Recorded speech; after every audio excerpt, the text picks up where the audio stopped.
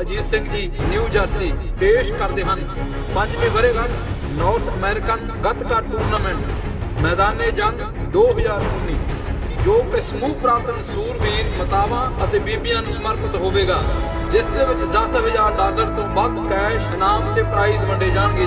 ਇਹ ਮੁਕਾਬਲਾ 14 ਜੁਲਾਈ ਦਿਨ ਐਤਵਾਰ Gurdwara Sikh Cultural Society Richmond Hill New York ਵਿਖੇ ਹੋਏਗਾ। ਪੂਰੇ ਅਮਰੀਕਾ ਅਤੇ ਕੈਨੇਡਾ ਦੇ ਵੱਖ-ਵੱਖ ਸ਼ਹਿਰਾਂ ਤੋਂ ਖਿਡਾਰੀ ਪਹੁੰਚ ਰਹੇ ਹਨ। ਮੁਕਾਬਲੇ ਵਿੱਚ ਭਾਗ ਲੈਣ ਵਾਲੇ ਖਿਡਾਰੀਆਂ ਨੂੰ ਦਾ young.org ਤੇ ਆਨਲਾਈਨ ਰਜਿਸਟ੍ਰੇਸ਼ਨ ਕਰਨੀ ਲਾਜ਼ਮੀ ਹੈ। ਰਜਿਸਟ੍ਰੇਸ਼ਨ ਡੈਡਲਾਈਨ 30 ਜੂਨ ਦੀ ਹੈ। ਸਰਬੱਤ ਸੰਗਤਾਂ ਦੇ ਚਰਨਾਂ ਵਿੱਚ ਬੇਨਤੀ ਹੈ ਕਿ ਗੱਤਕੇ ਮੁਕਾਬਲੇ ਵਿੱਚ ਪਹੁੰਚ ਕੇ ਵੱਧ ਚੜ੍ਹ ਕੇ ਹਾਜ਼ਰੀ ਭਰੋ ਅਤੇ ਖਿਡਾਰੀਆਂ ਦੇ ਜ਼ੋਰ ਵੇਖੋ ਜੀ। ਵਾਹਿਗੁਰੂ ਜੀ ਕਾ ਖਾਲਸਾ, ਵਾਹਿਗੁਰੂ ਜੀ ਕੀ ਫਤਿਹ।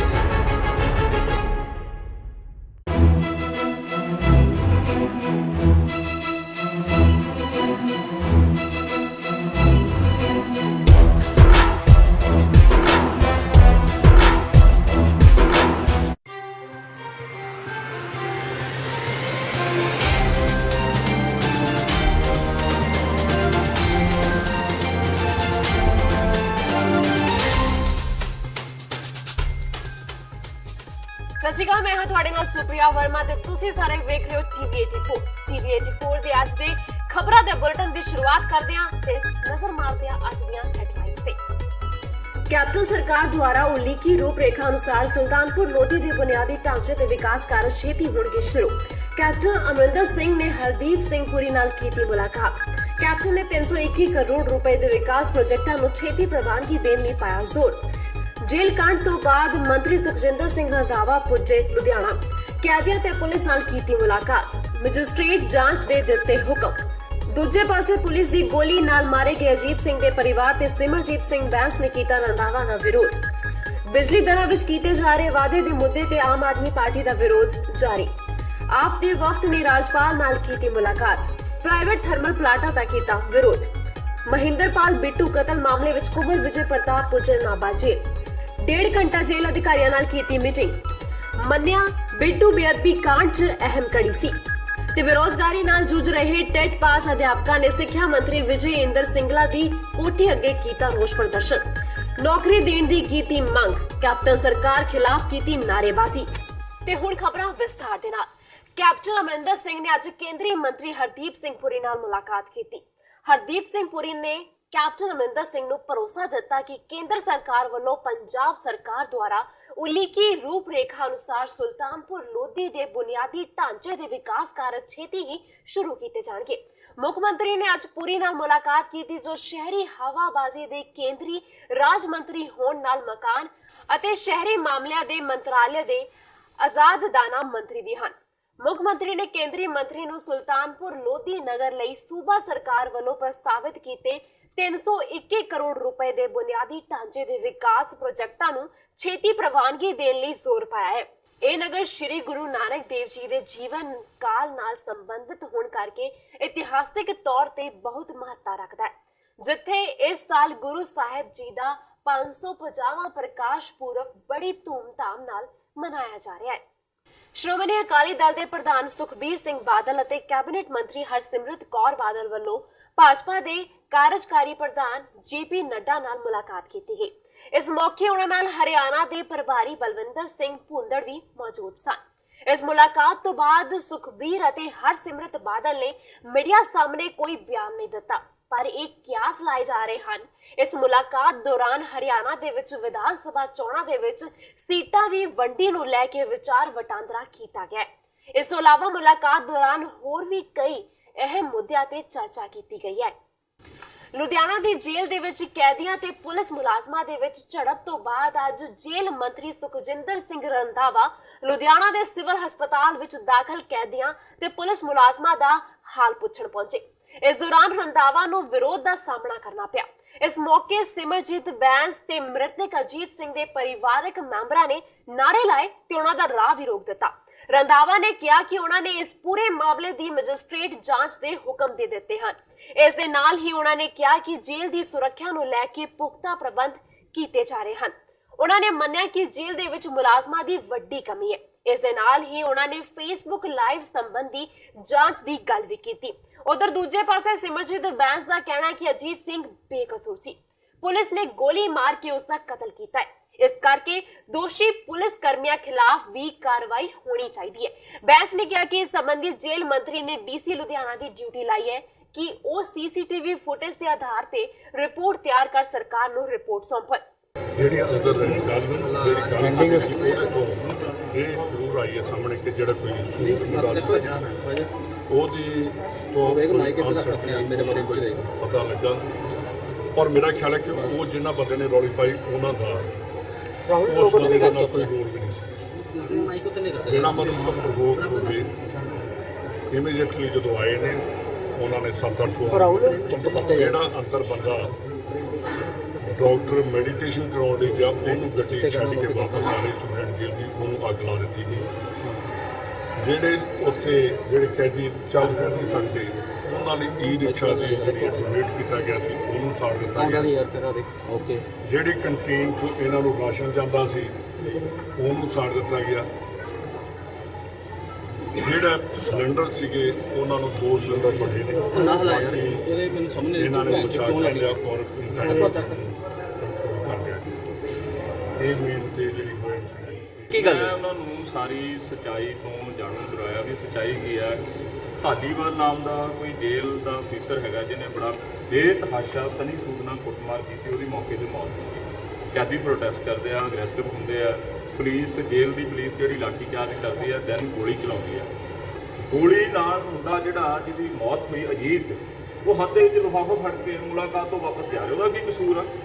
ਮੈਂ ਮੰਤਰੀ ਨੂੰ ਕਿਹਾ ਸੀਸੀਟੀਵੀ ਚੈੱਕ ਕਰ ਲਓ, ਜੇ ਉਹ ਵਾਕਈ ਛੂਟ ਲੈ ਕੇ ਮੁਲਾਕਾਤ ਤੋਂ ਵਾਪਸ ਜਾ ਰਿਹਾ, ਉਹ ਵਾਲੰਟ ਨਹੀਂ ਹੈਗਾ, ਉਹਨੇ ਕੋਈ ਇੱਟ ਬੱਟਾ ਨਹੀਂ ਚਲਾਇਆ, ਦੈਨ ਜਿਹੜਾ ਜੇਲ੍ਹ ਪ੍ਰਸ਼ਾਸਨ ਆ 302 ਦਾ ਮੁਕੱਦਮਾ ਦਰਜ ਕਰੋ। ਧਾਲੀਵਾਲ ਦਾ ਪਰਿਵਾਰ ਬਾਰ-ਬਾਰ ਨਾਮ ਲੈ ਰਿਹਾ ਉਹਦੇ ਤੇ ਸੁਪਰਡੈਂਟ ਤੇ ਬਣਦੀ ਸਖਤ ਕਾਰਵਾਈ 302 ਦੇ ਤਹਿਤ ਤੇ ਤੁਰੰਤ ਉਹਨਾਂ ਦੀ ਜਿਹੜੀ ਆ ਮਿਨਿਸਟਰ ਸਾਹਿਬ ਨੇ ਡੀਸੀ ਦੀ ਡਿਊਟੀ ਲਾਈ ਆ ਵੀ ਜਾ ਕੇ ਸੀਸੀਟੀਵੀ ਕੈਮਰਾ ਫੈਮਿਲੀ ਨੂੰ ਚੈੱਕ ਕਰਾਓ ਜਿਹਦੇ ਵਿੱਚ ਉਹ ਬੱਚੇ ਦਾ ਵਾਕਿਆ ਜਿਹੜਾ ਮੁਲਾਕਾਤ ਤੋਂ ਬਾਅਦ ਹੱਥ 'ਚ ਲਿਫਾਫਾ ਫੜ ਕੇ ਜਾ ਰਿਹਾ, ਦੈਨ ਬਣਦੀ ਕਾਰਵਾਈ। ਪਰਿਵਾਰ ਜੋ ਚਾਹੇਗਾ ਅਸੀਂ ਪਰਿਵਾਰ ਦੇ ਨਾਲ। ਆਮ ਆਦਮੀ ਪਾਰਟੀ ਵੱਲੋਂ ਕੈਪਟਨ ਸਰਕਾਰ ਨੂੰ ਚੁਫੇਰਿਓਂ ਬਿਜਲੀ ਦੇ ਝਟਕੇ ਦੇਣ ਦੀ ਤਿਆਰੀ ਖਿੱਚ ਲਈ ਹੈ। ਇੱਕ ਪਾਸੇ ਆਪ ਜਨਤਾ ਦੀ ਕਚਹਿਰੀ ਵਿੱਚ ਜਾ ਕੇ ਮਹਿੰਗੀਆਂ ਬਿਜਲੀ ਦਰਾਂ ਖਿਲਾਫ ਲੋਕਾਂ ਨੂੰ ਕੈਪਟਨ ਸਰਕਾਰ ਖਿਲਾਫ ਲਾਮਬੰਦ ਕਰ ਰਹੀ ਹੈ ਤੇ ਦੂਜੇ ਪਾਸੇ ਅੱਜ ਸੂਬੇ ਦੇ ਰਾਜਪਾਲ ਕੋਲ ਵੀ ਪਹੁੰਚ ਕੀਤੀ ਹੈ। ਅੱਜ ਪੰਜਾਬ ਦੇ ਵਿੱਚ ਬਿਜਲੀ ਦੀਆਂ ਹੱਦੋਂ ਵੱਧ ਦਰਾਂ ਦੇ ਵਿਰੋਧ ਵਿੱਚ ਪਾਰਟੀ ਦਾ ਵਫਦ ਰਾਜਪਾਲ ਵੀਪੀ ਸਿੰਘ ਬਦਨੌਰ ਨੂੰ ਮਿਲਿਆ। ਵਿਰੋਧੀ ਧਿਰ ਦੇ ਲੀਡਰ ਹਰਪਾਲ ਸਿੰਘ ਚੀਮਾ ਤੇ ਵਿਧਾਇਕ ਅਮਨ ਅਰੋੜਾ ਨੇ ਰਾਜਪਾਲ ਤੋਂ ਮੰਗ ਕੀਤੀ ਕਿ ਪਿਛਲੀ ਅਕਾਲੀ ਭਾਜਪਾ ਸਰਕਾਰ ਦੌਰਾਨ 3 ਪ੍ਰਾਈਵੇਟ ਥਰਮਲ ਪਲਾਂਟਾਂ ਨਾਲ ਉੱਚੀਆਂ ਦਰਾਂ ਤੇ ਪੰਜਾਬ ਵਿਰੋਧੀ ਸ਼ਰਤਾਂ ਤਹਿਤ ਬਿਜਲੀ ਖਰੀਦ ਸਮਝੌਤੇ ਤੁਰੰਤ ਰੱਦ ਕੀਤੇ ਜਾਣ। ਉਹਨਾਂ ਨੇ ਕਿਹਾ ਕਿ ਇਹਨਾਂ ਮਾਰੂ ਸ਼ਰਤਾਂ ਵਾਲੇ ਸਮਝੌਤਿਆਂ ਕਾਰਨ ਪੰਜਾਬ ਨੂੰ 25 ਸਾਲਾਂ ਦੇ ਵਿੱਚ 70,000 ਕਰੋੜ ਰੁਪਏ ਦੀ ਵੱਡੀ ਰਾਸ਼ੀ ਬਿਨਾਂ ਵਜ੍ਹਾ ਥਰਮਲ ਪਲਾਂਟਾਂ ਨੂੰ ਅਦਾ ਕਰਨੀ ਪੈ ਰਹੀ ਹੈ। ਉਹਨਾਂ ਨੇ ਦੱਸਿਆ ਕਿ ਸ਼ਰਤਾਂ ਮੁਤਾਬਕ ਬੇਸ਼ੱਕ ਪੰਜਾਬ ਇਹਨਾਂ ਪ੍ਰਾਈਵੇਟ ਥਰਮਲ ਪਲਾਂਟਾਂ ਤੋਂ ਇੱਕ ਯੂਨਿਟ ਵੀ ਬਿਜਲੀ ਨਹੀਂ ਖਰੀਦਾ ਤਾਂ ਵੀ ਪੰਜਾਬ ਸਰਕਾਰ ਇਹਨਾਂ ਨੂੰ ਸਾਲਾਨਾ 2800 ਕਰੋੜ ਰੁਪਏ ਬਤੌਰ ਫਿਕਸ ਚਾਰजेस ਅਦਾ ਕਰਦੀ ਰਹੇਗੀ। ਇਹ ਪਹਿਲਾਂ ਵੀ ਵਿੱਤੀ ਸੰਕਟ ਵਿੱਚੋਂ ਲੰਘ ਰਹੇ ਪੰਜਾਬ ਲਈ ਘਾਤਕ ਕਦਮ ਹੈ। ਇਹ ਇੰਨੀ ਵੱਡੀ ਰਾਸ਼ੀ ਬਿਜਲੀ ਬਿੱਲਾਂ ਰਾਹੀਂ ਪੰਜਾਬ ਦੇ ਬਿਜਲੀ ਖਪਤਕਾਰਾਂ ਦੀਆਂ ਜੇਬਾਂ ਵਿੱਚੋਂ ਕੱਢੀ ਜਾ ਰਹੀ ਹੈ। ਪੰਜਾਬ ਦੇ ਵਿੱਚ ਪਿਛਲੀ ਸਰਕਾਰ ਦੇ ਸਮੇਂ 3 ਪ੍ਰਾਈਵੇਟ ਥਰਮਲ ਪਲਾਂਟਾਂ ਦੇ ਨਾਲ ਅਜਿਹੇ ਐਗਰੀਮੈਂਟ ਕਰ ਲਏ ਕਿ ਜੇ ਪੰਜਾਬ ਉਹਨਾਂ ਤੋਂ ਇੱਕ ਵੀ ਯੂਨਿਟ ਬਿਜਲੀ ਦਾ ਨਹੀਂ ਖਰੀਦੂਗਾ ਤਾਂ ਸਿਰਫ ਫਿਕਸਡ ਚਾਰजेस ਦੇ ਰੂਪ ਦੇ ਵਿੱਚ ਪੰਜਾਬ ਦੇ ਲੋਕਾਂ ਨੂੰ 2800 ਕਰੋੜ ਸਾਲਾਨਾ ਉਹਨਾਂ ਕੰਪਨੀਆਂ ਨੂੰ ਦੇਣਾ ਪਏਗਾ। 25 ਸਾਲ ਦੇ ਐਗਰੀਮੈਂਟ ਨੇ 70,000 ਕਰੋੜ ਹੈ ਜਿਹੜਾ ਬਣ ਜਾਣਾ, ਜਿਹੜਾ ਕਿ ਐਡੀਸ਼ਨਲ ਫਾਲਤੂ ਦਾ ਬੋਝ ਹੈ ਪੰਜਾਬ ਦੇ ਲੋਕਾਂ ਦੇ ਸਿਰ। ਪੰਜਾਬ ਜਿਹੜਾ ਕਿ so called power surplus state ਹੈ, ਜਿੱਥੇ ਬਿਜਲੀ ਵਾਧੂ ਹੈ, ਉੱਥੇ ਸਿਰਫ ਔਰ ਸਿਰਫ ਇਸ ਚੋਰੀ ਦੇ, ਇਸ ਘਪਲੇ ਦੀ, ਇਸ ਮਾਫੀਆ ਦੀ ਵਜ੍ਹਾ ਕਰਕੇ ਲੋਕਾਂ ਨੂੰ 8-8 10-10 ਰੁਪਏ ਬਿਜਲੀ ਜਿਹੜੀ ਉਹ ਮਿਲ ਰਹੀ ਹੈ। ਜਦੋਂ ਤੱਕ ਪੰਜਾਬ ਸਰਕਾਰ ਨੂੰ ਅਸੀਂ ਮਜਬੂਰ ਨਹੀਂ ਕਰ ਦਿੰਦੇ ਹੈਗੇ ਕਿ ਉਹ ਇਹਨਾਂ ਨਾਲ ਐਗਰੀਮੈਂਟ ਸਕ੍ਰੈਪ ਕਰੇ, ਖਤਮ ਕਰੇ ਜਾਂ ਰਿਵਿਊ ਕਰੇ ਤੇ ਸਸਤੀ ਬਿਜਲੀ ਲੋਕਾਂ ਨੂੰ ਜਦੋਂ ਤੱਕ ਨਹੀਂ ਮਿਲਦੀ, ਸਾਡਾ ਸੰਘਰਸ਼ ਜਾਰੀ ਰਹੇਗਾ। ਭਗਵੰਤ ਮਾਨ ਨੇ ਇਲੈਕਸ਼ਨਾਂ ਤੋਂ ਪਹਿਲਾਂ ਇਹ ਮੁਹਿੰਮ ਚਲਾਈ, ਸਾਰੀ ਪਾਰਟੀ ਨੇ ਚਲਾਈ। ਉਸ ਤੋਂ ਬਾਅਦ ਕੋਡ ਆਫ ਕੰਡਕਟ ਲੱਗ ਗਿਆ, ਚੋਣ ਜ਼ਾਬਤਾ ਲੱਗ ਗਿਆ, ਇਲੈਕਸ਼ਨਾਂ ਦੇ ਵਿੱਚ ਉਹ ਬਿਜ਼ੀ ਹੋ ਗਏ। ਹੁਣ ਉਹਨਾਂ ਦਾ ਪਾਰਲੀਮੈਂਟ ਚੱਲ ਰਿਹਾ ਹੈ। ਕੱਲੇ Aam Aadmi Party does not mean Bhagwant Mann ਜਾਂ Aman Arora does not mean Aam Aadmi Party. ਉਹ ਆਪਦੇ ਪੰਜਾਬ ਦੇ ਮਸਲੇ ਨੇ ਜਿਹੜੇ ਉਹਨਾਂ ਨੇ ਕੱਲ ਵੀ ਔਰ ਪਰਸੋਂ ਵੀ ਉਹਨਾਂ ਨੇ ਪਾਰਲੀਮੈਂਟ ਦੇ ਵਿੱਚ ਚੱਕੇ ਨੇ। ਅਸੀਂ ਸਾਰੇ ਐਮਐਲਏ ਸਾਰੀ ਪਾਰਟੀ ਲੋਕਾਂ ਦੇ ਵਿੱਚ ਜਾ ਰਹੀ ਹੈ। ਹਰੇਕ ਥਾਂ ਦੇ ਉੱਪਰ ਹਰ ਸਮੇਂ ਹਰੇਕ ਬੰਦਾ ਕਿਵੇਂ ਮੌਜੂਦ ਹੋ ਸਕਦਾ? ਸਮਝਾਓ ਮੈਨੂੰ। 1 ਰੁਪਏ ਔਰ 2.25 ਰੁਪਏ ਦੀ ਸਲੈਬ ਦੇ ਵਿੱਚ ਬਾਹਰਲੇ ਸੂਬਿਆਂ ਤੋਂ ਖਰੀਦ ਕੇ ਜੇ ਅਰਵਿੰਦ ਕੇਜਰੀਵਾਲ ਦੇ ਸਕਦੇ ਨੇ ਤੇ ਦੈਟ ਮੀਨਸ ਉਹਨਾਂ ਨੂੰ ਸੰਘਰਸ਼ ਦਾ ਵੀ ਪਤਾ ਹੈ, ਉਹਨਾਂ ਨੂੰ ਕਿਵੇਂ ਕਿੱਥੇ ਕਿੱਥੇ ਚੋਰੀਆਂ ਤੇ ਘਪਲੇ ਔਰ ਮਾਫੀਆ ਚੱਲਦਾ ਹੈ ਉਹ ਵੀ ਪਤਾ ਹੈ, ਤੇ ਕਿਵੇਂ ਉਹਨੂੰ ਕਾਮਯਾਬ ਕਰਨਾ ਹੈ ਇਸ ਅੰਦੋਲਨ ਨੂੰ, ਉਹਦੇ ਬਾਰੇ ਉਹਨਾਂ ਨੂੰ ਚੰਗਾ ਗਿਆਨ ਹੈ ਤੇ ਅਸੀਂ ਉਹ ਸਾਰਾ ਉਹਨਾਂ ਨਾਲ ਡਿਸਕਸ ਕਰਨ ਜਾ ਰਹੇ ਹਾਂ। ਅੱਜ ਅੰਮ੍ਰਿਤਸਰ ਦੇ ਮੈਡੀਕਲ ਕਾਲਜ ਦੇ ਵਿੱਚ ਮੈਡੀਕਲ ਖੋਜ ਵਿਭਾਗ ਸੰਭਾਲਣ ਤੋਂ ਬਾਅਦ ਪਲੇਠੀ ਮੀਟਿੰਗ ਦੌਰਾਨ ਓਮ ਪ੍ਰਕਾਸ਼ ਸੋਨੀ ਨੇ ਕਿਹਾ ਕਿ ਜਿਵੇਂ ਉਹਨਾਂ ਸਿੱਖਿਆ ਵਿਭਾਗ ਦੇ ਵਿੱਚ ਕੰਮ ਕੀਤਾ ਸੀ ਉਸੇ ਤਰ੍ਹਾਂ ਇਸੇ ਵਿਭਾਗ ਦੇ ਵਿੱਚ ਕੰਮ ਕਰਨਗੇ। ਉਹਨਾਂ ਨੂੰ ਮੀਟਿੰਗ ਦੌਰਾਨ ਬਹੁਤ ਸਾਰੀਆਂ ਤਰੁੱਟੀਆਂ ਦਾ ਪਤਾ ਲੱਗਾ ਹੈ ਜਿਸ ਨੂੰ 2 ਮਹੀਨਿਆਂ ਦੇ ਅੰਦਰ ਅੰਦਰ ਦੂਰ ਕਰ ਦੇਣਗੇ। ਸੋਨੀ ਨੇ ਕਿਹਾ ਕਿ ਮੁੱਖ ਮੰਤਰੀ ਦਾ ਹੱਕ ਹੁੰਦਾ ਹੈ ਕਿਉਂਕਿ ਉਹ ਕਪਤਾਨ ਹੁੰਦੇ ਹਨ ਤੇ ਉਹ ਜਾਣਦੇ ਹੁੰਦੇ ਹਨ ਕਿ ਕਿਹੜੇ ਖਿਡਾਰੀ ਦੇ ਕੋਲੋਂ ਕਿਹੜਾ ਕੰਮ ਲੈਣਾ। ਉਹਨਾਂ ਨੇ ਮੈਨੂੰ ਸਿੱਖਿਆ ਵਿਭਾਗ ਤੋਂ ਬਾਅਦ ਮੈਡੀਕਲ ਖੋਜ ਵਿਭਾਗ ਦੇ ਵਿੱਚ ਦਿੱਤਾ ਹੈ, ਉਹ ਇਸ ਵਿੱਚ ਵਧੀਆ ਕੰਮ ਕਰਨਗੇ। ਸੋਨੀ ਨੇ ਕਿਹਾ ਕਿ ਉਹਨਾਂ ਦੇ ਨਵੇਂ ਵਿਭਾਗ ਦੇ ਵਿੱਚ ਕਰਮਚਾਰੀਆਂ, ਬੁਨਿਆਦੀ ਢਾਂਚੇ ਤੇ ਫੰਡਾਂ ਦੀ ਘਾਟ ਨੂੰ ਦੂਰ ਕੀਤਾ ਜਾਵੇਗਾ।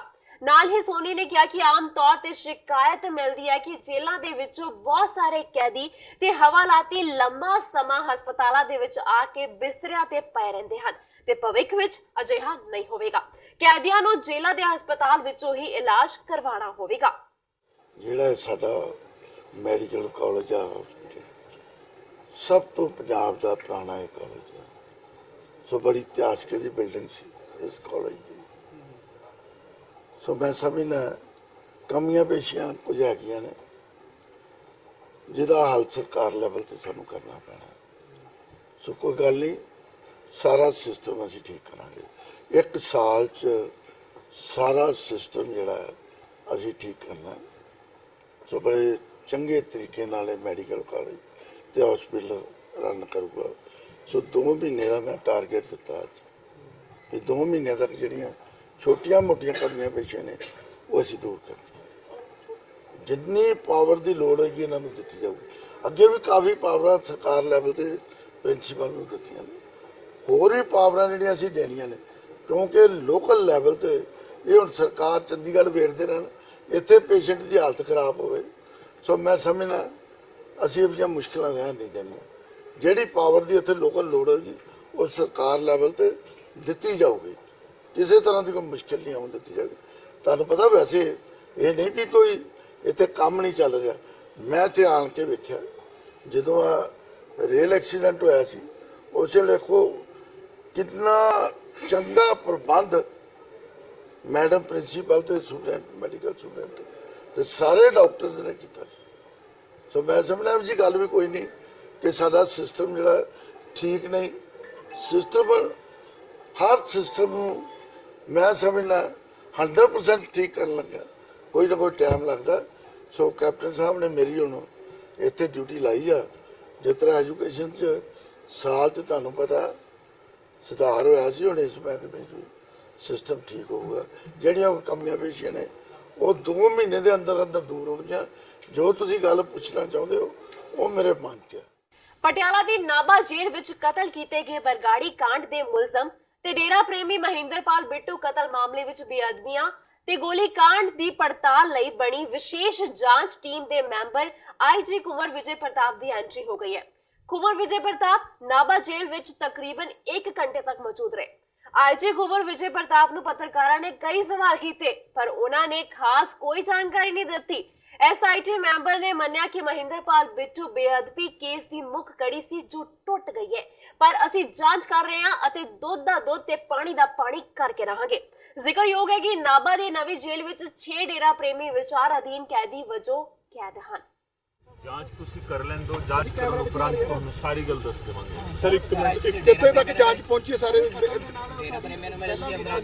ਮੇਰੀ ਗੱਲ ਸੁਣੋ, ਕੀ ਜਾਂਚ ਕਰਨੀ ਹੈ, ਕਿਸ ਤਰੀਕੇ ਦੇ ਨਾਲ ਜਾਂਚ ਕਰਨੀ ਹੈ ਉਹ ਜਾਂਚ ਕਰ ਲੈਣ ਦਿਓ।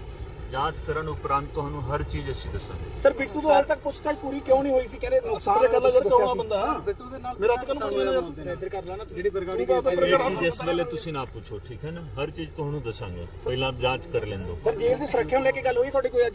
ਮੇਰੀ ਗੱਲ ਸੁਣੋ, ਮੇਰਾ ਜੋ ਕੰਮ ਹੈ, ਮੈਂ ਜੋ ਮਕਸਦ ਸੀਗਾ ਉਸ ਮਕਸਦ ਵਾਸਤੇ ਆਇਆ ਸੀ। ਤੇ ਉਸ ਤੋਂ ਬਾਅਦ ਜੋ ਮਤਲਬ ਨਿਸ਼ਕਰਸ਼ ਹੋਗਾ ਉਸ ਦੇ ਨਾਲ ਤੁਹਾਨੂੰ ਅਸੀਂ ਜਾਣੂ ਕਰਾਵਾਂਗੇ। ਅਸੀਂ ਕੋਈ ਵੀ ਚੀਜ਼ ਲੁਕੋ ਕੇ ਨਹੀਂ ਰੱਖਦੇ ਹਾਂ, ਸਾਰਾ ਕੁਝ ਅਸੀਂ ਮਤਲਬ ਟ੍ਰਾਂਸਪੇਰੈਂਟ ਮੈਨਰ ਦੇ ਵਿੱਚ ਕਰਦੇ ਹਾਂ, ਹਰ ਚੀਜ਼ ਤੁਹਾਨੂੰ ਦੱਸਾਂ। ਸਰ ਪਟਿਆਲਾ ਆਈਜੀ ਨਾਲ ਕੀ ਗੱਲ ਹੋਈ ਹੈ ਸਰ ਤੁਹਾਡੀ 2-2.5 ਘੰਟੇ ਮੀਟਿੰਗ ਹੋ ਗਈ? ਇਹ ਤਾਂ ਤੁਸੀਂ ਨਾ ਪੁੱਛੋ ਨਾ ਜੀ, ਇਹ ਸਾਡੀ ਮੀਟਿੰਗ ਹੁੰਦੇ ਰਹਿੰਦੀ ਹੈ। ਲੇਕਿਨ ਵਿਜ਼ਿਟ ਬਰਬਾਦੀ ਮਾਮਲਿਆਂ ਨੂੰ ਲੈ ਕੇ ਸੀ ਜਾਂ ਤੁਸੀਂ ਨਾ ਪੁੱਛੋ, ਇਹ ਚੀਜ਼ ਨਾ ਪੁੱਛੋ, ਬਸ ਜਾਂਚ ਕਰ ਲੈਣ ਦਿਓ। ਸਰ ਮੇਰਾ ਮੈਸੇਜ ਕੀ ਹੋਏਗੀ ਬੇਅਦਬੀ ਜਾਂਦੀ ਕਰੋ ਜੋ 1 ਬਾਈ 1 ਕੁਐਸਚਨ ਚੱਲ ਪਾ ਰਿਹਾ ਯਾਰ, ਹੁਣ ਮੈਂ ਹੇਠ ਤਾਂ ਡੇਰਾ ਪ੍ਰੇਮੀ ਨਾਲ ਮੁਲਾਕਾਤ ਹੋਈ ਤੁਹਾਡੀ ਅੰਦਰ ਇਹ ਤੁਸੀਂ ਨਾ ਪੁੱਛੋ ਨਾ ਜੀ, ਪਲੀਜ਼ ਬਸ ਮੈਂ ਜਾਂਚ ਵਾਸਤੇ ਆਇਆ ਸੀ। ਜਾਂਚ ਕਦੋਂ ਖਤਮ ਹੋਏਗੀ ਸਰ ਤੁਹਾਡੀ? ਮੈਂ ਦੱਸ ਦੂੰਗਾ। ਜੋ ਬਿੱਟੂ ਹੈ ਉਸ ਜਾਂਚ ਦੇ ਵਿੱਚ ਇੱਕ ਅਹਿਮ ਕੜੀ ਸੀਗਾ ਜੀ, ਉਹ ਕੜੀ ਜ਼ਰੂਰ ਟੁੱਟ ਗਈ ਹੈ, ਲੇਕਿਨ ਅਸੀਂ ਜਾਂਚ ਦੇ ਵਿੱਚ ਕੋਈ ਵੀ ਕਮੀ ਨਹੀਂ ਆਉਣ ਦੇਵਾਂਗੇ। ਦੁੱਧ ਦਾ ਦੁੱਧ, ਪਾਣੀ ਦਾ ਪਾਣੀ, ਜੋ ਮੈਂ ਸ਼ੁਰੂ ਤੋਂ ਹੀ ਕਰ ਰਿਹਾ ਹਾਂ, ਦੁੱਧ ਦਾ ਦੁੱਧ, ਪਾਣੀ ਦਾ ਪਾਣੀ। ਕਿੰਨਾ ਕੁ ਟਾਈਮ ਸਰ? ਤੇ ਹੁਣ ਵੇਲੇ ਇੱਕ ਛੋਟੇ ਜਿਹੇ ਬ੍ਰੇਕ ਦਾ। ਬ੍ਰੇਕ ਤੋਂ ਬਾਅਦ ਖਬਰਾਂ ਦਾ ਸਿਲਸਿਲਾ ਇਸੇ ਤਰ੍ਹਾਂ ਜਾਰੀ ਰਹੇਗਾ।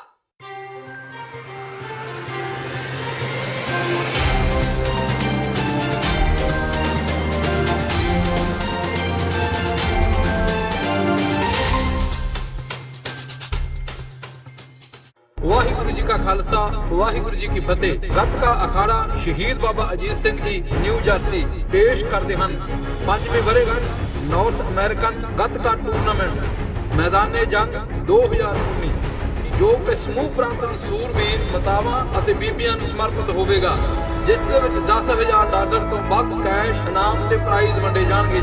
ਇਹ ਮੁਕਾਬਲਾ 14 ਜੁਲਾਈ ਦਿਨ ਐਤਵਾਰ Gurdwara Sikh Cultural Society Richmond Hill New York ਵਿਖੇ ਹੋਏਗਾ। ਪੂਰੇ ਅਮਰੀਕਾ ਅਤੇ ਕੈਨੇਡਾ ਦੇ ਵੱਖ-ਵੱਖ ਸ਼ਹਿਰਾਂ ਤੋਂ ਖਿਡਾਰੀ ਪਹੁੰਚ ਰਹੇ ਹਨ।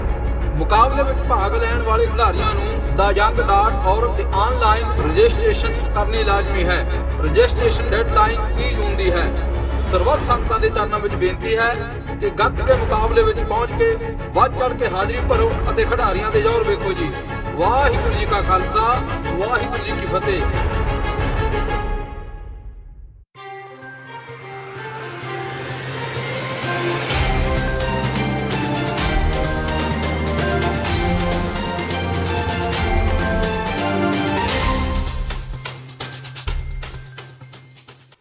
ਬ੍ਰੇਕ ਤੋਂ ਬਾਅਦ ਤੁਹਾਡੇ ਸਾਰਿਆਂ ਦਾ ਮੁੜ ਸਵਾਗਤ ਹੈ ਤੇ ਖਬਰਾਂ ਦਾ ਸਿਲਸਿਲਾ ਇਸੇ ਤਰ੍ਹਾਂ ਜਾਰੀ ਹੈ।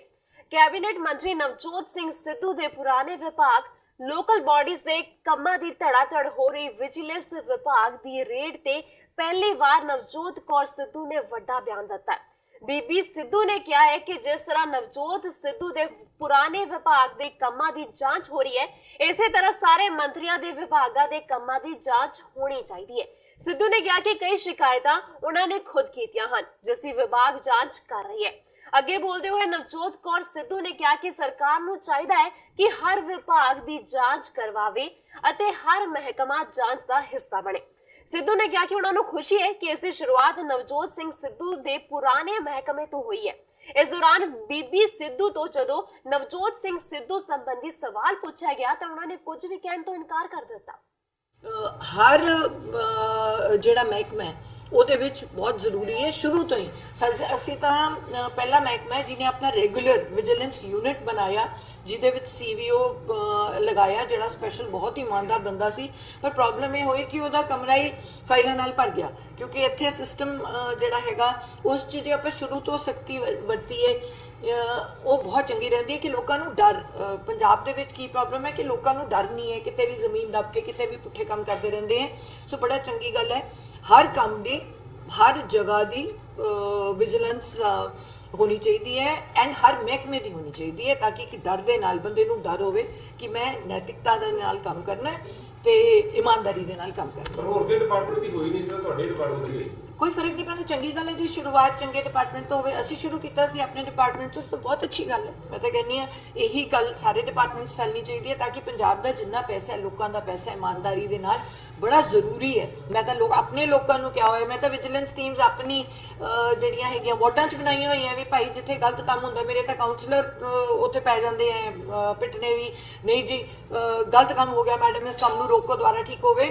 ਐਂਡ ਉਲਟਾ ਅਸੀਂ ਇਹ ਵੀ ਕਿਹਾ ਸੀਗਾ ਕਿ ਪ੍ਰੀ ਕੰਮ ਦੀ ਫੋਟੋ, ਪੋਸਟ ਕੰਮ ਦੀ ਫੋਟੋ, ਉਹ ਕੰਮ ਦੇ ਵਿੱਚ ਕਿਹੜਾ ਮਟੀਰੀਅਲ ਪੈਣਾ ਹੈ ਉਹਦੀ ਡਿਟੇਲ, ਗਲੀਆਂ ਜ਼ਰੂਰ ਲੱਗਣੀ ਚਾਹੀਦੀਆਂ, ਬੜੀ ਚੰਗੀ ਗੱਲ ਹੈ ਕਿਉਂਕਿ ਉਹ ਚਿੱਟੀਆਂ ਦੇ ਵਿੱਚ ਉਹ ਵੀ ਮਿਲੂਗਾ ਵੀ ਇਹ ਸਾਰਾ ਕੁਝ ਕਿਹਾ ਗਿਆ ਸੀਗਾ। ਕਿਉਂਕਿ ਜਦੋਂ ਆਪਾਂ ਇਸ ਗੱਲ ਤੇ ਆ ਗਏ ਵੀ ਆਪਾਂ ਪੂਰੀ ਡਿਟੇਲ ਲੋਕਾਂ ਨੂੰ ਪਤਾ ਹੋਣੀ ਚਾਹੀਦੀ ਹੈ, ਟੋਟਲ ਕਿੰਨਾ ਪੈਸਾ ਲੱਗਿਆ ਹੈ, ਤਾਂ ਲੋਕ ਵੀ ਚੰਗੀ ਤਰ੍ਹਾਂ ਕੰਮ ਕਰੇ। ਨਹੀਂ, ਮੈਂ ਨਹੀਂ ਮੰਨਦੀ ਇਸ ਕੋਈ ਡਿਸਟਰਬੈਂਸ ਹੈ ਕਿਉਂਕਿ ਇਹ ਸਾਡਾ ਕੰਮ ਕਰਨ ਦਾ ਤਰੀਕਾ ਹੈ। ਸੋ ਮੈਂ ਖੁਸ਼ ਹਾਂ ਕਿ ਐਟਲੀਸਟ ਇਹ ਸੋਚ ਲੈ ਕੇ ਕੋਈ ਹੋਰ ਵੀ ਚੱਲਿਆ ਕਿ ਇਸ ਹਿਸਾਬ ਨਾਲ ਕੰਮ ਹੋਣੇ ਚਾਹੀਦੇ ਹੈ ਤਾਂ ਕਿ ਕਿਸੇ ਨੂੰ ਡਰ ਹੋਵੇ ਤੇ ਕੰਮ। ਸਾਨੂੰ ਵੀ ਇਹ ਦਰਦ ਹੁੰਦਾ ਵੀ ਇੰਨੀ ਮੁਸ਼ਕਿਲ ਨਾਲ ਜੋ ਅਸੀਂ ਇੱਧਰੋਂ ਉੱਧਰੋਂ ਪੈਸਾ ਇਕੱਠਾ ਕਰਦੇ ਹਾਂ ਤੇ ਲੋਕਾਂ ਦੇ ਲਗਾਉਂਦੇ ਹਾਂ ਉਹ ਇਮਾਨਦਾਰੀ ਦੇ ਨਾਲ ਲੱਗੇ। ਸਾਡੀ ਲੜਾਈ ਵੀ ਇਸੇ ਗੱਲ ਪਿੱਛੇ ਹੈ। ਘਰ ਘਰ ਰੋਜ਼ਗਾਰ ਦੇਣ ਦੇ ਵਾਅਦੇ ਨਾਲ ਸੱਤਾ ਵਿੱਚ ਆਈ ਕਾਂਗਰਸ ਸਰਕਾਰ ਦੇ ਵਾਅਦਿਆਂ ਨੂੰ ਝੂਠ ਦੀ ਪੰਡ ਕਰਾਰ ਦਿੰਦਿਆਂ ਅੱਜ ਬੇਰੋਜ਼ਗਾਰ ਅਧਿਆਪਕਾਂ ਨੇ ਰੋਜ਼ਗਾਰ ਦੀ ਮੰਗ ਕਰਦਿਆਂ ਸਿੱਖਿਆ ਮੰਤਰੀ ਵਿਜੇ ਇੰਦਰ ਸਿੰਗਲਾ ਦੀ ਸੰਗਰੂਰ ਰਿਹਾਇਸ਼ ਅੱਗੇ ਅਣਮਿੱਥੇ ਸਮੇਂ ਲਈ ਧਰਨਾ ਲਗਾ ਦਿੱਤਾ ਹੈ। ਅਧਿਆਪਕ ਯੋਗਤਾ ਪ੍ਰੀਖਿਆ ਪਾਸ ਬੀਐਡ ਅਧਿਆਪਕ ਯੂਨੀਅਨ ਦੇ ਬੈਨਰ ਹੇਠ ਧਰਨਾ ਲਾਈ ਬੈਠੇ ਇਹਨਾਂ ਧਰਨਾਕਾਰੀ ਅਧਿਆਪਕਾਂ ਨੇ ਪੰਜਾਬ ਸਰਕਾਰ ਅਤੇ ਸਿੱਖਿਆ ਮੰਤਰੀ ਖਿਲਾਫ ਜ਼ੋਰਦਾਰ ਨਾਅਰੇਬਾਜ਼ੀ ਕਰਦਿਆਂ ਕਾਲੀਆਂ ਝੰਡੀਆਂ ਨਾਲ ਆਪਣੇ ਰੋਸ ਦਾ ਪ੍ਰਗਟਾਵਾ ਵੀ ਕੀਤਾ। ਪਿਛਲੇ ਸਮੇਂ ਤੋਂ ਇਥੋਂ ਦੇ ਸਿੱਖਿਆ ਮੰਤਰੀ ਸੋਨੀ ਤੋਂ ਮੰਗ ਕਰਦੇ ਆ ਰਹੇ ਸੀ ਕਿ ਸਰਕਾਰੀ ਸਕੂਲਾਂ ਦੇ ਵਿੱਚ ਵੱਡੀ ਗਿਣਤੀ ਦੇ ਵਿੱਚ ਪੋਸਟਾਂ ਖਾਲੀ ਪਈਆਂ ਨੇ, ਉਹਨਾਂ ਪੋਸਟਾਂ ਤੇ ਸਾਨੂੰ ਭਰਤੀ ਕਰਕੇ ਸਾਨੂੰ ਰੁਜ਼ਗਾਰ ਦਿੱਤਾ ਜਾਵੇ, ਸਾਡੀਆਂ ਸੇਵਾਵਾਂ ਪੰਜਾਬ ਦੇ ਲੋੜਵੰਦ ਵਿਦਿਆਰਥੀਆਂ ਨੂੰ ਦਿੱਤੀਆਂ ਜਾਣ। ਪਰੰਤੂ ਸਿੱਖਿਆ ਮੰਤਰੀ ਓਪੀ ਸੋਨੀ ਨੇ ਸਾਨੂੰ ਲਾਰੇ ਲਾਏ ਨੇ। ਇਸ ਤੋਂ ਬਾਅਦ ਸਿੱਖਿਆ ਮੰਤਰੀ ਜਿਹੜੇ ਸਾਡੇ ਵਿਜੇ ਇੰਦਰ ਸਿੰਗਲਾ ਜੀ ਸੰਗਰੂਰ ਤੋਂ ਨੇ, ਕੈਬਨਿਟ ਮੰਤਰੀ ਨੇ, ਉਹਨਾਂ ਨੂੰ ਅਸੀਂ ਬੇਨਤੀ ਕੀਤੀ ਉਹਨਾਂ ਦੇ ਸਿੱਖਿਆ ਮੰਤਰੀ ਬਣਨ ਤੋਂ ਬਾਅਦ ਕਿ ਸਿੱਖਿਆ ਢਾਂਚੇ ਵਿੱਚ ਸਾਡੀ ਭਰਤੀ ਦੇ ਸੰਬੰਧ ਵਿੱਚ ਬਹਿ ਕੇ ਗੱਲਬਾਤ ਕੀਤੀ ਜਾਵੇ, ਠੋਸ ਰੂਪ ਦੇ ਵਿੱਚ ਕੀਤੀ ਜਾਵੇ। ਸਾਨੂੰ 2-3 ਵਾਰ ਦਾ ਸਮਾਂ ਦੇ ਕੇ ਇੱਥੋਂ ਦਾ ਮੰਤਰੀ ਮੁੱਕਰ ਚੁੱਕਿਆ ਹੈ। 22 ਤਰੀਕ ਨੂੰ ਅਸੀਂ ਇਸੇ 22 ਜੂਨ ਨੂੰ ਸਿੱਖਿਆ ਮੰਤਰੀ ਦੀ ਕੋਠੀ ਦਾ ਘਿਰਾਓ ਕਰਨਾ ਸੀ, ਬਹਿ ਕੇ ਇਸੇ ਤਰੀਕੇ ਦੇ ਨਾਲ ਆਪਦਾ ਪ੍ਰਦਰਸ਼ਨ ਕਰਨਾ ਸੀ। ਪਰੰਤੂ ਉਸ ਦੇ ਦੌਰਾਨ ਇੱਥੋਂ ਦੇ ਲੋਕਲ ਪ੍ਰਸ਼ਾਸਨ ਨੇ, ਇੰਟੈਲੀਜੈਂਸੀ ਨੇ ਸਾਡੀ ਮੀਟਿੰਗ ਫਿਕਸ ਕਰਵਾਈ ਕਿ 26 ਤਰੀਕ ਨੂੰ ਤੁਸੀਂ ਸਿੱਖਿਆ ਮੰਤਰੀ ਦੇ ਨਾਲ ਚੰਡੀਗੜ੍ਹ ਬੈਠ ਕੇ ਮੀਟਿੰਗ ਕਰੋ, ਤੁਹਾਡੀ ਭਰਤੀ ਸੰਬੰਧੀ ਗੱਲਬਾਤ ਕੀਤੀ ਜਾਣੀ ਹੈ। ਪਰੰਤੂ ਲਗਾਤਾਰ ਰਾਬਤਾ ਰੱਖਣ ਦੇ ਬਾਵਜੂਦ ਇੱਥੋਂ ਦੇ ਸਿੱਖਿਆ ਮੰਤਰੀ ਨੇ ਇਹ ਜ਼ਰੂਰੀ ਨਹੀਂ ਸਮਝਿਆ ਕਿ ਬੇਰੁਜ਼ਗਾਰ ਅਧਿਆਪਕ ਜਿਨ੍ਹਾਂ ਨੇ ਪੇਪਰ ਪਾਸ ਕੀਤਾ ਹੈ, ਗ੍ਰੈਜੂਏਸ਼ਨ ਕੀਤੀ ਹੈ, ਬੀਐਡ ਕੀਤੀ ਹੈ, ਇਹਨਾਂ ਨੂੰ ਨੌਕਰੀ ਦੇਣ ਵਾਸਤੇ ਆਪਾਂ ਬਹਿ ਕੇ ਗੱਲ ਕਰੀਏ। ਤੇ ਮਜਬੂਰਨ ਅੱਜ ਅਸੀਂ ਸਵੇਰੇ 9 ਵਜੇ ਤੋਂ ਲੈ ਕੇ 28 ਜੂਨ ਨੂੰ ਇਸ ਸਿੱਖਿਆ ਮੰਤਰੀ ਵਿਜੇ ਇੰਦਰ ਸਿੰਗਲਾ ਜੋ ਸੰਗਰੂਰ ਤੋਂ ਨੇ, ਇਹਨਾਂ ਦੀ ਕੋਠੀ ਮੂਹਰੇ ਪੱਕਾ ਧਰਨਾ ਲਾ ਕੇ ਬੈਠੇ ਹੋਏ ਆ। ਸਾਡਾ ਰੋਸ ਪ੍ਰਦਰਸ਼ਨ ਜਾਰੀ ਹੈ ਜਦੋਂ ਤੱਕ ਸਾਡੀਆਂ ਮੰਗਾਂ ਦੇ ਸੰਬੰਧੀ, ਸਾਡੀ ਭਰਤੀ ਦੇ ਸੰਬੰਧੀ ਕੋਈ ਜਨਤਕ ਐਲਾਨ ਨਹੀਂ ਇਤਨਾ ਸਿੱਖਿਆ ਮੰਤਰੀ ਮੀਡੀਆ ਰਾਹੀਂ ਕਰਦਾ, ਤੁਹਾਡੇ ਰਾਹੀਂ ਕਰਦਾ, ਉਦੋਂ ਤੱਕ ਸਾਡਾ ਪ੍ਰਦਰਸ਼ਨ ਇਸੇ ਤਰ੍ਹਾਂ ਜਾਰੀ ਰਹਿਣਾ। ਹੁਸ਼ਿਆਰਪੁਰ ਦੇ ਕਸਬਾ ਟਾਂਡਾ ਓੜਮੜ ਦੇ ਵਿੱਚ ਕੁਝ ਮੁੰਡਿਆਂ ਵੱਲੋਂ ਇੱਕ ਪੁਲਿਸ ਮੁਲਾਜ਼ਮ ਦੀ ਸ਼ਰੇਆਮ ਕੁੱਟਮਾਰ ਕਰਨ ਦਾ ਮਾਮਲਾ ਸਾਹਮਣੇ ਆਇਆ ਹੈ। ਹੁਸ਼ਿਆਰਪੁਰ ਦੇ ਟਾਂਡਾ ਥਾਣੇ ਦੇ ਵਿੱਚ ਤਾਇਨਾਤ ਹੈੱਡ ਕਾਂਸਟੇਬਲ ਰਜਿੰਦਰ ਸਿੰਘ ਨੂੰ ਸੂਚਨਾ ਮਿਲੀ ਸੀ ਕਿ ਇੱਕ ਗੱਡੀ ਦੇ ਵਿੱਚ 3 ਲੋਕ ਸਵਾਰ ਹੋ ਕੇ ਉੱਚੀ ਆਵਾਜ਼ ਦੇ ਵਿੱਚ ਗਾਣੇ ਲਗਾ ਕੇ ਸ਼ੋਰ ਸ਼ਰਾਬਾ ਕਰਦੇ ਹੋਏ ਘੁੰਮ ਰਹੇ ਹਨ ਤੇ ਹੁੱਲੜਬਾਜ਼ੀ ਕਰ ਰਹੇ ਹਨ। ਇਸੇ ਸੂਚਨਾ ਦੇ ਆਧਾਰ ਤੇ ਜਦੋਂ ਰਜਿੰਦਰ ਸਿੰਘ ਨੇ ਗੱਡੀ ਰੋਕ ਉਕਤ ਮੁੰਡਿਆਂ ਨੂੰ ਅਜਿਹਾ ਕਰਨ ਤੋਂ ਰੋਕਿਆ ਤਾਂ ਉਹਨਾਂ ਨੇ ਰਜਿੰਦਰ ਸਿੰਘ ਧਮਕਾਉਂਦੇ ਹੋਏ ਆਪਣੇ ਹੋਰ ਸਾਥੀਆਂ ਨੂੰ ਵੀ ਉੱਥੇ ਬੁਲਾ ਲਿਆ ਤੇ ਉਸਦੇ ਪੱਥਰਾਂ ਨਾਲ ਹਮਲਾ ਕੀਤਾ ਤੇ ਸ਼ਰੇਆਮ ਕੁੱਟਮਾਰ ਕਰ ਦਿੱਤੀ ਤੇ ਮੌਕੇ ਤੇ ਫਰਾਰ ਹੋ ਗਏ। ਜ਼ਖਮੀ ਹਾਲਾਤ ਦੇ ਵਿੱਚ ਉਕਤ ਪੁਲਿਸ ਮੁਲਾਜ਼ਮ ਨੂੰ ਹਸਪਤਾਲ ਦੇ ਵਿੱਚ ਦਾਖਲ ਕਰਵਾਇਆ ਗਿਆ। ਪੁਲਿਸ ਨੇ ਰਜਿੰਦਰ ਸਿੰਘ ਦੇ ਬਿਆਨਾਂ ਦੇ ਆਧਾਰ ਤੇ ਮਾਮਲਾ ਦਰਜ ਕੀਤਾ, ਪਰ ਅੱਜ 15 ਦਿਨ ਬੀਤ ਜਾਣ ਦੇ ਬਾਵਜੂਦ ਵੀ ਦੋਸ਼ੀਆਂ ਦੀ ਗ੍ਰਿਫਤਾਰੀ ਨਹੀਂ ਹੋਈ, ਜਦਕਿ ਕੁਝ ਰਾਜਨੀਤਿਕ ਲੋਕ ਉਸ ਤੇ ਰਾਜ਼ੀਨਾਮਾ ਕਰਨ ਲਈ ਵੀ ਦਬਾਅ ਪਾ ਰਹੇ ਹਨ। ਮਿਤੀ 12 ਤਰੀਕ ਨੂੰ ਸ਼ਾਮੀ 7:30 ਵਜੇ ਹਸਪਤਾਲ ਚੌਂਕ 'ਚ ਕੁਝ ਬੰਦੇ 3-4 ਹੁੱਲੜਬਾਜ਼ੀ ਕਰਦੇ, ਗੱਡੀ ਵਿੱਚ ਉੱਚੀ ਆਵਾਜ਼ ਸਪੀਕਰ 'ਚ ਲਾ ਕੇ ਹੁੱਲੜਬਾਜ਼ੀ ਕਰਦੇ। ਮੈਨੂੰ ਪਬਲਿਕ ਦੇ ਕਹਿਣ ਮੁਤਾਬਕ ਮੈਂ ਜਦੋਂ ਉਹਨਾਂ ਨੂੰ ਰੋਕਿਆ ਤੇ ਉਹਨਾਂ ਨੂੰ ਰੋਕ ਕੇ ਉਹਨਾਂ ਨਾਲ ਮੇਰੇ ਨਾਲ ਬਦਤਮੀਜ਼ੀ ਕੀਤੀ ਤੇ ਬਦਤਮੀਜ਼ੀ ਕਰਕੇ ਜਦੋਂ ਸਾਈਡ ਮਾਰੇ ਗਾਂਹ ਲੰਘੇ ਤੇ ਮੈਂ ਉਹਨਾਂ ਨੂੰ ਗਾਂਹ ਜਾ ਕੇ ਰੋਕਿਆ ਤੇ ਜਦੋਂ ਮੈਂ ਉਹਨਾਂ ਨੂੰ ਪੇਪਰ ਦਿਖਾਉਣ ਲਈ ਕਿਹਾ ਤੇ ਉਲਟਾ ਉਹਨਾਂ ਨੇ ਮੈਨੂੰ ਗਾਲੀ ਗਲੋਚ ਕਰਕੇ ਤੇ ਮੇਰੇ ਪੱਥਰ ਰੋੜੇ, ਇੱਟਾਂ ਮਾਰਨੇ ਸ਼ੁਰੂ ਕਰ ਦਿੱਤੇ ਤੇ ਜਿਸ ਦੌਰਾਨ ਮੇਰੀ ਡਿਊਟੀ ਦੌਰਾਨ ਮੇਰੀ ਪੱਗ ਵੀ ਲਾ ਲਈ ਤੇ ਵਰਦੀ ਵੀ ਪਾੜ ਦਿੱਤੀ ਤੇ ਇਸ ਨਾਲ ਦੋਸ਼ੀਆਂ ਦੇ ਖਿਲਾਫ ਪਰਚਾ ਦਰਜ ਥਾਣੇ ਟਾਂਡੇ ਹੋਇਆ। ਪਰ ਜੋ ਬਣਦੀਆਂ ਧਾਰਾਵਾਂ ਉਹ ਹੱਲੇ ਤੱਕ ਨਹੀਂ ਲੱਗੀਆਂ। ਜਿਹੜੀਆਂ ਹੋਰ ਧਾਰਾਵਾਂ ਇਹਨਾਂ ਤੇ ਲੱਗੀਆਂ, ਮੇਰੇ ਤੇ ਜਾਨ ਲਾਇਓ ਹਮਲਾ ਕੀਤਾ, ਮਾਰ ਦੇਣ ਦੀ ਨੀਅਤ ਨਾਲ ਮੈਨੂੰ ਸੁੱਟ ਦਿੱਤਾ ਇਹਨਾਂ ਨਾਲ, ਤੇ ਉਹ ਬਣਦੀਆਂ ਧਾਰਾਵਾਂ ਇਹਨਾਂ ਤੇ ਲਾਈਆਂ ਜਾਣ। ਤੇ ਪੋਲੀਟੀਕਲ ਸਿਆਸਤ ਦਾ ਬਹੁਤ ਜ਼ਿਆਦਾ ਦਬਾਅ ਆ ਮੇਰੇ ਤੇ, ਬਾਰ-ਬਾਰ ਪੋਲੀਟੀਕਲ ਸਿਆਸਤ ਦੇ MC ਵਗੈਰਾ ਮੇਰੇ ਘਰ ਆ ਕੇ ਵੀ ਤਾਂ ਮੈਨੂੰ ਬਾਹਰ ਡਿਊਟੀ ਤੇ ਵੀ ਆ ਕੇ ਜ਼ਿਆਦਾ ਕੰਪੈਲ ਕਰਦੇ ਆ ਵੀ ਤੂੰ ਰਾਜੀਨਾਮਾ ਕਰ, ਜਿਸ ਦੌਰਾਨ ਮੈਨੂੰ ਧਮਕੀਆਂ ਵੀ ਮਿਲ ਰਹੀਆਂ ਵਾ, ਜੇਕਰ ਤੂੰ ਰਾਜੀਨਾਮਾ ਨਾ ਕੀਤਾ ਤਾਂ ਤੇਰੀ ਅਸੀਂ ਬਦਲੀ ਕਰਾ ਦਾਂਗੇ, ਤੇਤੇ ਕੋਈ ਗਲਤ ਪਰਚਾ ਦਵਾ ਕੇ ਤੈਨੂੰ ਸਸਪੈਂਡ ਕਰਾ ਦੇਵਾਂਗੇ। ਇਸ ਕਰਕੇ ਮੈਂ ਮਹਿਕਮੇ ਤੋਂ ਚਾਹੁੰਦਾ ਵਾਂ ਆਪਣੇ ਸਟਾਫ ਕੋ, ਆਪਣੇ ਅਫਸਰਾਂ ਤੋਂ, ਸੀਨੀਅਰ ਅਫਸਰਾਂ ਤੋਂ ਵੀ ਮੇਰੇ ਨੇ ਵੱਧ ਤੋਂ ਵੱਧ ਹੈਲਪ ਕਰਕੇ ਮੈਨੂੰ पूरा इंसाफ दिवाया जाए। टांडा में एक हमारा मुलाजिम ड्यूटी के लिए आ रहे थे, उस टाइम के कुछ बंदे ने, व्यक्ति ने कुछ माड़े हरकत कर रहे सी और ऊंची ऊंची आवाज़ में म्यूज़िक चला रहे सी। उसके संबंधित बच्चे हमारा मुलाजिम ने उनको बोला है तो आप लोग ये करके बंद करवा देना, यहाँ से चले जाना। मगर वो बंदे ने सारे ने अपने मुलाजिम के मगर पै गए ने उधर कुटने लग पे ने। इसकी मामला पे जो मेरे सामने आया, मैंने केस रजिस्टर कर दिया है और जोशी जल्दी तो गिरफ्तारी हो जाएगी। ਲੁਧਿਆਣਾ ਸਥਿਤ ਜਾਮਾ ਮਸਜਿਦ ਦੇ ਸ਼ਾਹੀ ਇਮਾਮ ਨੇ ਦੇਸ਼ ਵਿੱਚ ਮੁਸਲਮਾਨਾਂ ਦੀਆਂ ਹੋ ਰਹੀਆਂ ਹੱਤਿਆਵਾਂ ਉੱਪਰ ਚਿੰਤਾ ਪ੍ਰਗਟਾਈ ਹੈ। ਉਹਨਾਂ ਨੇ ਕਿਹਾ ਕਿ ਉਹ ਦੇਸ਼ ਨੂੰ ਧਰਮ ਦੇ ਨਾਂ ਤੇ ਵੰਡਣ ਵਾਲਿਆਂ ਨੂੰ ਕਦੇ ਵੀ ਕਾਮਯਾਬ ਨਹੀਂ ਹੋਣ ਦੇਣਗੇ। ਮੁਲਕ ਵਿੱਚ ਹੋ ਰਹੀਆਂ ਹਜ਼ੂਮੀ ਕਤਲ ਦੀਆਂ ਘਟਨਾਵਾਂ ਦੀ ਸਖਤ ਨਿੰਦਿਆ ਕਰਦਿਆਂ ਕਿਹਾ ਕਿ ਦੇਸ਼ ਦੇ ਵਿੱਚ ਮੁਸਲਿਮ ਭਾਈਚਾਰੇ ਨੂੰ ਲਗਾਤਾਰ ਨਿਸ਼ਾਨਾ ਬਣਾਇਆ ਜਾ ਰਿਹਾ ਹੈ, ਪਰ ਮੁਸਲਿਮ ਭਾਈਚਾਰਾ ਇਹ ਕਦੇ ਬਰਦਾਸ਼ਤ ਨਹੀਂ ਕਰੇਗਾ ਤੇ ਇਸ ਦਾ ਮੂੰਹ ਤੋੜ ਜਵਾਬ ਦੇਵੇਗਾ। ਉਹਨਾਂ ਨੇ ਕਿਹਾ ਕਿ ਦੇਸ਼ ਦੇ ਵਿੱਚ 30 ਕਰੋੜ ਮੁਸਲमान ਹਨ ਤੇ ਉਹਨਾਂ ਨੂੰ ਕਦੇ खत्म नहीं किया जा सकता। और राजस्थान के अंदर, अभी दिल्ली के अंदर एक इमाम साहब को पीटा है, और अभी कल रात की बात है कि मध्य प्रदेश के अंदर भी मकसद ये घटना हुई है, ताजी घटना हुई है।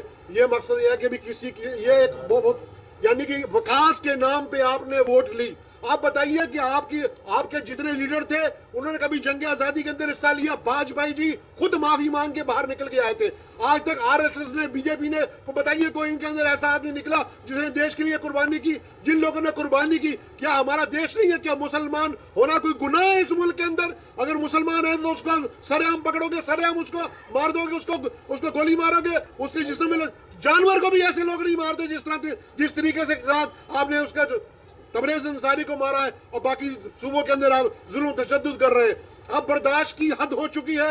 हम आमने सामने, अगर हमारे साथ ज्यादती होगी, आमने सामने हमारे पास जो कुछ होगा, हम अपनी जान के लिए, अपने आत्मसम्मान के लिए अपनी लड़ाई लड़ेंगे इंशाअल्लाह ताला। ये सारे मामले के अंदर केंद्र सरकार और राज्य सरकारें फेल हैं, और वो उन्हीं की साजिश पे, उन्हीं की पुष्टपनाही पे, वहाँ के जो हाल इलाके के एमपी जो है पुष्टपनाही करते हैं। वो समझ रहे हैं कि भी इस मुल्क के अंदर से मुसलमानों को निकाल देंगे। 350 साल अंग्रेज ने राज किया, वो तो मैं निकाल नहीं सका। मुसलमान 30 करोड़ मुसलमान है। अगर मुसलमान सारे शहीद हो जाएंगे, इतना बड़ा हिंदुस्तान के अंदर कब्रिस्तान बन जाएगा, इनको रहने के लिए जगह फिर भी नहीं मिलेगी इंशाअल्लाह ताला। हम यही मरेंगे, हमारी इसी जमीन के अंदर कब्रें बनेगी, लेकिन इस मुल्क को छोड़ के नहीं जाएंगे। ਬੀਤੇ ਦਿਨੀ ਅੰਮ੍ਰਿਤਸਰ ਦੇ ਚਮਰੰਗ ਰੋਡ ਤੇ ਅੱਗ ਦੀ ਚਪੇਟ ਦੇ ਵਿੱਚ ਆਉਣ ਕਾਰਨ 100 ਦੇ ਕਰੀਬ ਝੁੱਗੀਆਂ ਸੜਨ ਦਾ ਮਾਮਲਾ ਸਾਹਮਣੇ ਆਇਆ ਸੀ ਅਤੇ ਉਸ ਤੋਂ ਬਾਅਦ ਉਹਨਾਂ ਨੂੰ ਮੁੜ ਵਾਸ ਕਰਵਾਉਣ ਲਈ ਸਿੱਖ ਜਥੇਬੰਦੀਆਂ ਵੱਲੋਂ ਉਹਨਾਂ ਦੀ ਮਦਦ ਕੀਤੀ ਜਾ ਰਹੀ ਹੈ ਅਤੇ ਉਹਨਾਂ ਨੂੰ ਲੋੜੀਂਦਾ ਚੀਜ਼ਾਂ ਵੀ ਦਿੱਤੀਆਂ ਜਾ ਰਹੀਆਂ ਹਨ ਤਾਂ ਜੋ ਉਹ ਆਪਣੇ ਪਰਿਵਾਰ ਦੇ ਨਾਲ ਰਹਿ ਸਕਣ ਅਤੇ ਆਪਣਾ ਗੁਜ਼ਾਰਾ ਕਰ ਸਕਣ। ਉੱਥੇ ਹੀ ਸਮਾਜ ਸੇਵੀ ਸੰਸਥਾ ਵੱਲੋਂ ਕਿਹਾ ਜਾ ਰਿਹਾ ਹੈ ਕਿ ਇਹ ਮਦਦ ਅੱਗ ਦੀ ਘਟਨਾ ਦੇਖਣ ਤੋਂ ਬਾਅਦ ਹੀ ਸਾਡੇ ਸਮਾਜ ਸੇਵੀ ਸੰਸਥਾ ਵੱਲੋਂ ਕੀਤੀ ਜਾ ਰਹੀ ਹੈ ਅਤੇ ਜਿਹੜੀ ਘਟਨਾ ਬੜੀ ਦੁਖਦਾਈ ਘਟਨਾ ਹੈ ਕਿਉਂਕਿ 100 ਦੇ ਕਰੀਬ ਝੁੱਗੀਆਂ ਸੜ ਕੇ ਸਵਾਹ ਹੋ ਗਈਆਂ ਸਨ ਅਤੇ 100 ਦੇ ਕਰੀਬ ਜੀਆਂ ਦੇ ਪਰਿਵਾਰ ਘਰ ਤੋਂ ਬੇਘਰ ਹੋ ਚੁੱਕੇ ਹਨ। ਸਾਡੀ ਸੰਸਥਾ ਵੱਲੋਂ ਇਹਨਾਂ ਨੂੰ ਮੁੜ ਵਸਾਉਣ ਲਈ ਹਰ ਇੱਕ ਸੰਭਵ ਕੋਸ਼ਿਸ਼ ਕੀਤੀ ਜਾ ਰਹੀ ਹੈ ਅਤੇ ਜਿਹੜੀਆਂ ਚੀਜ਼ਾਂ ਇਹਨਾਂ ਨੂੰ ਚਾਹੀਦੀਆਂ ਹਨ ਉਹ ਇਹਨਾਂ ਨੂੰ ਦਿੱਤੀਆਂ ਜਾਂਦੀਆਂ ਹਨ। ਵੈਸੇ ਤਾਂ ਇਹ ਕਿਹਾ ਜਾਂਦਾ ਕਿ ਰੱਬ ਦੀਆਂ ਰੱਬ ਜਾਣੇ, ਕਿਸੇ ਨੂੰ ਬਹੁਤ ਦਿੰਦਾ, ਕਿਸੇ ਨੂੰ ਬਹੁਤ ਘੱਟ, ਕਿਸੇ ਨੂੰ ਦੇ ਕੇ ਵੀ ਲੈ ਲੈਂਦਾ। ਅੱਜ ਇਸ ਮੌਕੇ ਅਸੀਂ ਆ ਕੇ ਦੇਖਿਆ ਰੱਬ ਨੇ ਇਹਨਾਂ ਨੂੰ ਦੇ ਕੇ ਵੀ ਵਾਪਸ ਲੈ ਲਿਆ, ਪਰ ਉਹਦੀਆਂ ਉਹ ਹੀ ਜਾਣੇ। ਸਾਨੂੰ ਰੱਬ ਨੇ ਜਿੰਨੀ ਸਮਰੱਥਾ ਬਖਸ਼ੀ ਹੈ, ਜਿੰਨੀ ਸੋਝੀ ਬਖਸ਼ੀ ਹੈ ਨਾ, ਅਸੀਂ ਉਹਦੇ ਹਿਸਾਬ ਦੇ ਨਾਲ ਇਹਨਾਂ ਲੋਕਾਂ ਦੀ ਮਦਦ ਕਰਨ ਦੇ ਲਈ ਹੈ ਨਾ ਉਹ ਇੱਥੇ ਆਏ ਹਾਂ। ਇਹਦੇ ਵਿੱਚ ਅਸੀਂ ਮਦਦ ਦੇ ਵਿੱਚ ਅਸੀਂ ਕੱਪੜੇ, ਵਾਧੂ ਸਾਰੇ ਕੱਪੜੇ ਨੇ ਆਪਣੇ ਕੋਲ, ਔਰ ਇਹਦੇ 'ਚ ਤੁਹਾਨੂੰ ਮੈਂ ਵੀ ਦੱਸ ਦਿਆਂ ਕਿ ਸਾਡੇ ਕੋਲ 13 ਹੱਟੀ ਦੇ ਉੱਤੇ ਜਲੰਧਰ ਬਹੁਤ ਜ਼ਿਆਦਾ ਸਟਾਕ ਪਿਆ। ਮਤਲਬ ਜਿੰਨੀ ਇਹਨਾਂ ਨੂੰ ਜ਼ਰੂਰਤ ਹੋਏਗੀ, ਭਾਵੇਂ ਅੱਜ, ਭਾਵੇਂ ਕੱਲ੍ਹ, ਭਾਵੇਂ ਪਰਸੋਂ, ਫਰਦਰ ਜਦੋਂ ਵੀ, ਮਤਲਬ ਇਹਨਾਂ ਵਾਸਤੇ ਅਸੀਂ ਸਮਾਨ ਲੈ ਕੇ ਇੱਥੇ ਆਵਾਂਗੇ। ਅੱਜ ਜਿਹੜਾ ਅਸੀਂ ਸਮਾਨ ਲਿਆਂਦਾ ਉਹਦੇ 'ਚ ਕੱਪੜੇ ਹੈ, ਸ਼ੂਜ਼ ਹੈ, ਚਾਵਲ ਹੈ, ਫਰੂਟਸ ਹੈ ਤੇ ਭਾਂਡੇ ਵੀ ਹੈ।